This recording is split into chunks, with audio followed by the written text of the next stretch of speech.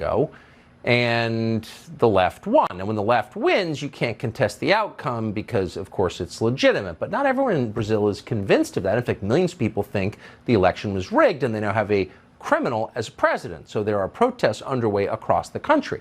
There are reports tonight from investigative journalist Matt Turman that the Brazilian military stands with the incumbent president, Jair Bolsonaro. Matt Turman joins us tonight. Matt, thanks so much for coming on.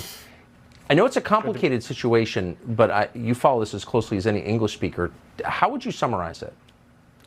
Well, you're right. It is a complicated situation. We are in day 29 of mass protests in Brazil, a democratic country with free elections. And we're talking not tens of thousands or hundreds of thousands, but millions. And what looks to be, when all said and done, will be tens of millions. This is the largest democratic protest in possibly human history. And the global media is crickets on this. It is totally being memory holed in real time. But the people are very clear. They do not want to be led by a convicted criminal. And recall, Lula da Silva was convicted in 3 separate courts of 12 charges by 19 judges unanimously, not Bolsonaro appointees. This was years before Bolsonaro.